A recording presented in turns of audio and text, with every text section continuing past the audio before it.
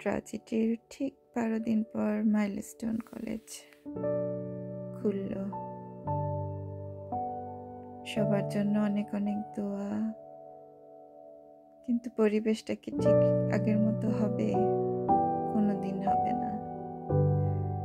টিচারদের জন্য, বাচ্চাদের জন্য, সবার জন্য একটা আতঙ্ক থেকেই যায়।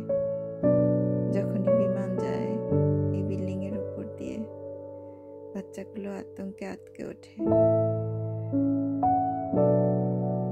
ট্র্যাজেডি, কিন্তু এমন কষ্টের দিন ভোলা যাবে না কোনোদিন। এতগুলো বাচ্চা, এতগুলো ফ্যামিলির কষ্ট,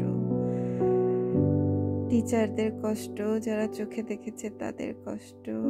ফ্লাইট গেলেই সবাই আতঙ্কে কাঁপবে, আর এই বাচ্চাগুলো আর কোনোদিনও ফিরবে না। আল্লাহ সবাইকে জান্নাতবাসী করুন, আমিন।